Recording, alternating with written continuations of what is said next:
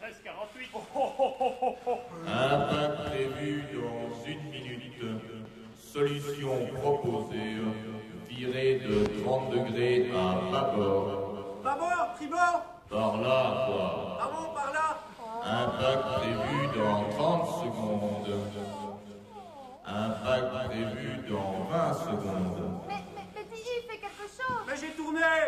De l'œil. Impact prévu dans 10 secondes. 9, 8, 7, 6, 5, 4, 3, 2, 1.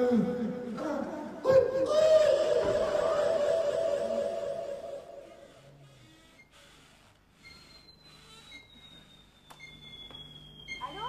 Malcor à l'appareil. Ah mais non, a dit Madame Malco. Il y a une infâme électrique dans ma baignoire. Qu'est-ce qui m'a foutu un pilote pareil? Il a sûrement eu son permis en draguant un canal. Oh, c'est pour moi? Oui, c'est Monsieur Waters qui gentiment nous fait part d'une avarie au pont arrière droit. Oh non, pas le pont. Et s'il n'y avait que le pilote, ce ne serait pas grave. Mais en plus, on est tombé sur le commandeur le plus incompétent de la galaxie. Il est buté, têtu, seul son avis compte. Que s'est-il passé? Autre enfoirage, c'est un caillou qui nous a interpénétrés par derrière. Que le grand contrôle soit avec toi, commandeur Milgram. Et n'empêche que le caillou, il a pété ma baignoire, hein. Oh, c'est bon, ça va, je m'aplatis. Mais il ne m'aura plus de mission foireuse. Que le grand Cobol soit avec toi, commandeur Milgram. On n'est pas là pour s'assombrir sous de menus détails. Une mission nous attend. Mais une baignoire toute neuve, ça ne relève pas du détail, hein, Mais monsieur. j'ai une solution. Vous prenez la baignoire du commandeur et moi je vous ferai une toute petite place, commandeur Milgram. Pas question. Et il y a la mission à remplir. Encore une mission qui reste sur la liste des explorateurs. Attendez, je regarde. Hermien, mais Yves est parti faire une enquête sur la Servoise en Gaule et on, ou plutôt il, a perdu le contact. Gio, mais Yves se fait un peu diminuer chez les Givaros. Yves, soit se baisser en mission. Monsieur Zek, redressez. Soit s'est baissé en mission, et comme on ne peut plus localiser l'infiniment petit, on l'a perdu à jamais. C'est très bien. Mais Yves se fait maintenant appeler Sitting Jean-Marie Bulle chez les Ponts Rouges.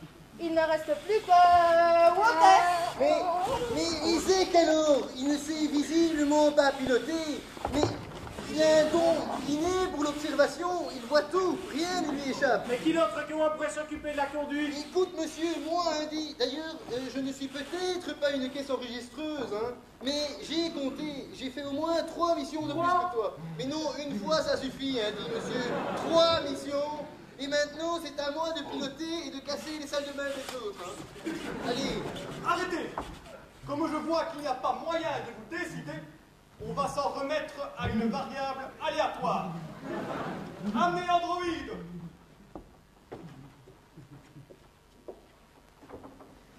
Gaulois, mets-toi en position.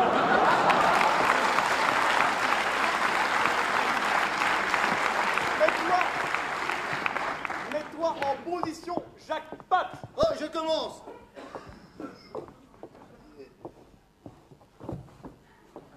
Oh. À moi.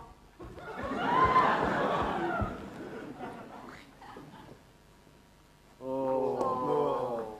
Allez, à moi.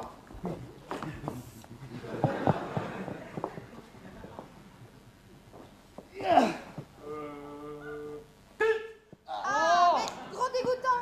Monsieur Rotex a gagné. Il a droit à une partie gratuite. Je me doutais bien que je pouvais compter sur vous. Félicitations. Et Tous ne mes vous vœux. inquiétez pas, durant toute la durée de votre mission, je resterai au téléphone. Mais n'oubliez surtout pas de composer le 069 pour les communications à l'étranger. Ah, merci, Madame Malco. Bon, dis maintenant, Monsieur Commandeur, tu pourrais peut-être me dire en quoi consiste la mission. Vous le verrez bien sur place. Le téléporteur à destination secrète est sur le point de partir. Le passager Waters est prié de donner une grosse bise au commandeur et de se présenter fond de scène d'ici 4 répliques. Comment? Seulement 4 répliques? Plus que 3. Ah non, plus qu'une. C'est bon, ça va, j'ai compris. Mais voix de super Waters, je reviendrai.